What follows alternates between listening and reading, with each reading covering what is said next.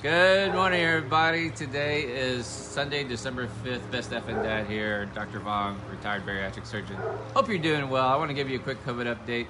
The numbers are the numbers. They're not really reporting weekends, but I will tell you we are averaging over 108,000 cases a day here in the United States, which I said we were really, and we probably really are already over 150,000 cases a day.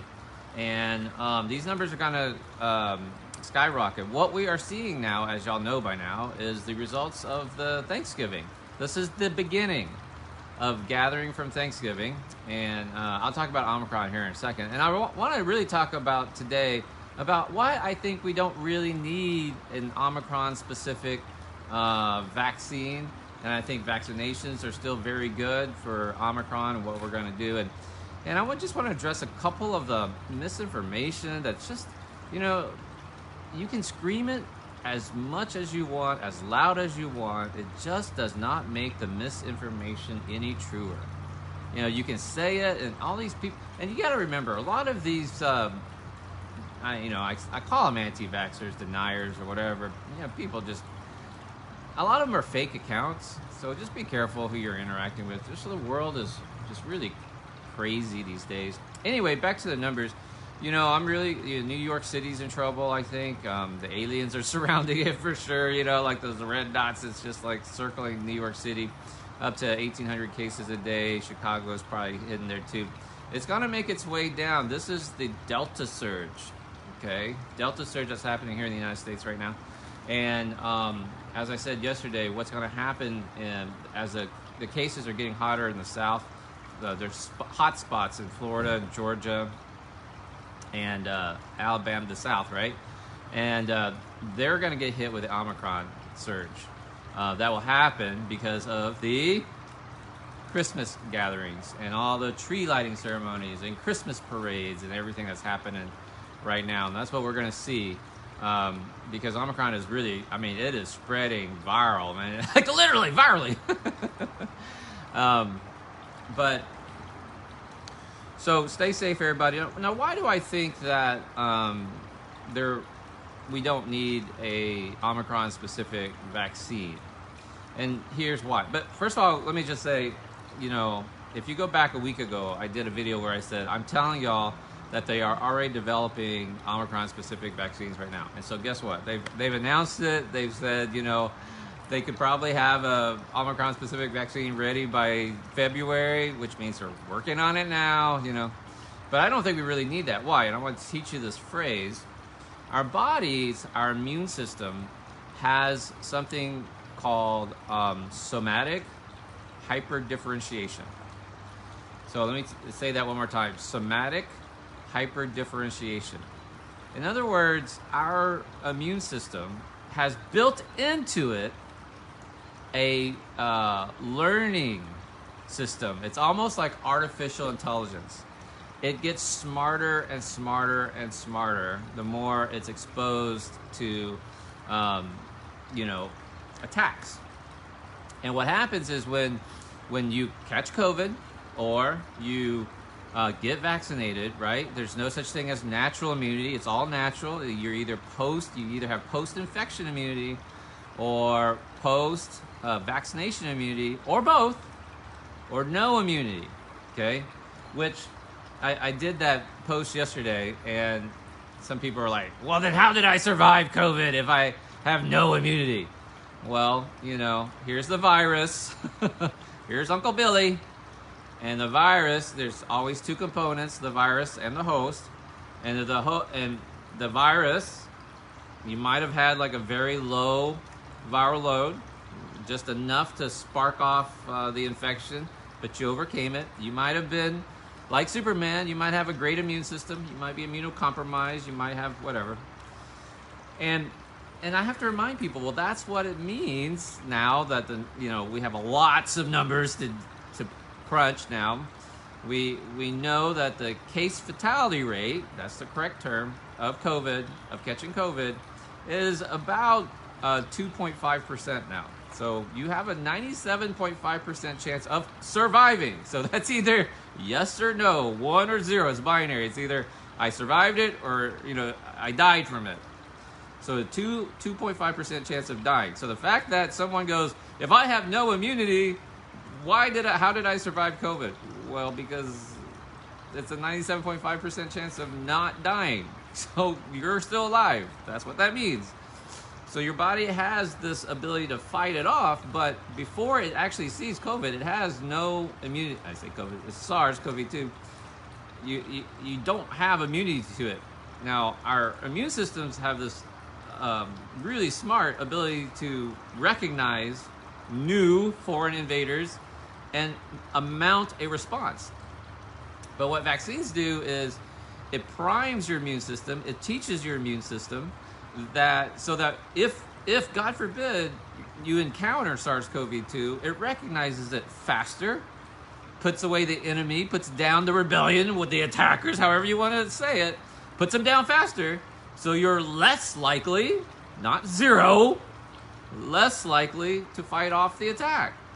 And the longer, listen to me, the longer you give your body time to do its thing, to learn, to differentiate, the better your odds are for overcoming the attack. The odds are. So that's the idea between spacing the doses, 6 months, 2 months, and then the idea behind giving a booster.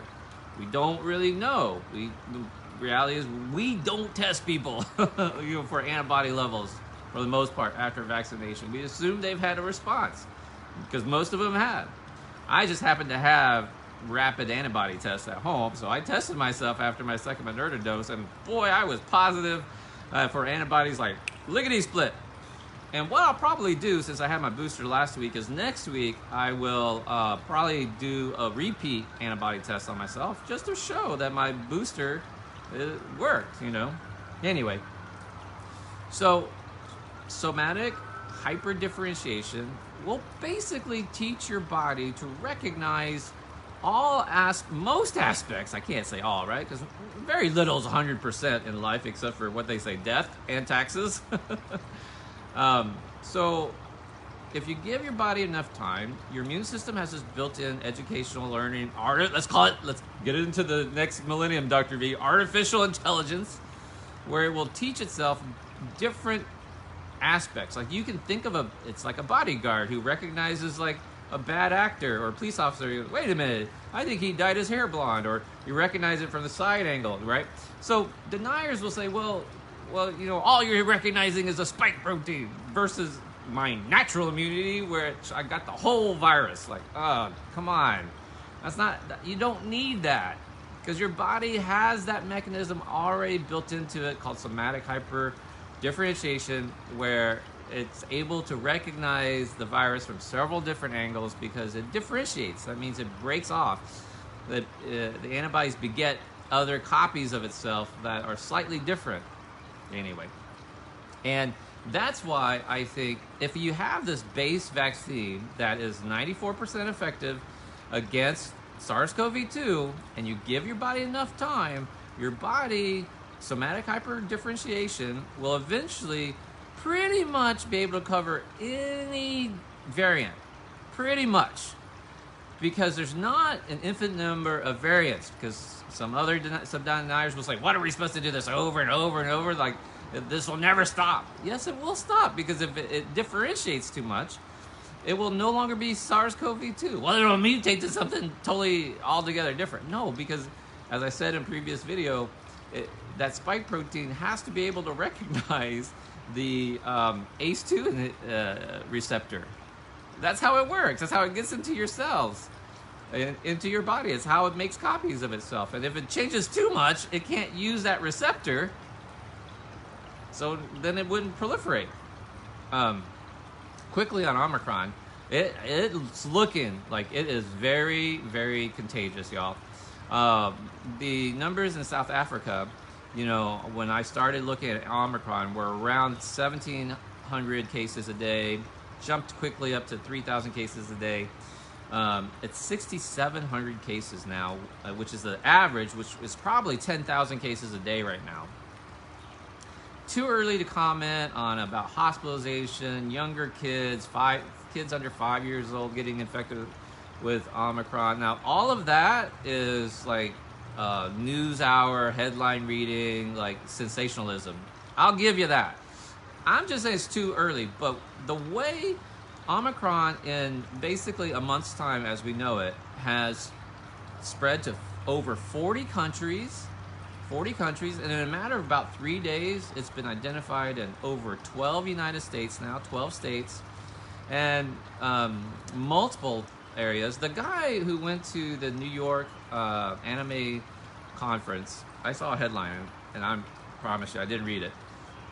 Apparently, he says 15 of his friends are now positive with COVID, which is like, you know, the wild type SARS COV-2 was guessed, you know, to spread. The average infected person would infect about 3 to 4 other people, and they're like, the reason why Delta is dominating is because Delta infects about 8 to 9 people. And this dude is like, dude, 15 of my friends have COVID. Like, oh well, like it's looking pretty dang contagious. Does not mean it's more deadly. So what do I need to do, Dr. V? And the answer is this: it's the same story, y'all. Like, get vaccinated, get your booster. Oh, before I forget. So you got to give your body this time to do the hyperdifferentiation to learn the virus. And then the spacing of time. And the only thing that's missing, what we need to do, what we're trying to figure out, is the dosing and the timing. Reality is, if we had started off by telling people that these are 3-dose vaccines and you might need a booster, people wouldn't be freaking out as much. We just didn't know. We were trying to do a two shot. That looked pretty good. Then Delta hit, and now you're recommending the booster. J&J tried to be a 1-dose vaccine, which it probably should have been a 2-dose vaccine the whole time. But you know, you got other places other than the modern westernized world. I mean, you've got locations. Even in America, we have locations that's rural locations that's hard to get to. So the idea of a 1-dose vaccine was very attractive, but probably should have been 2-dose the whole time. All right. Hopefully that was helpful. I will be back again. I will probably start doing almost daily updates on COVID now because of this winter surge that's happening.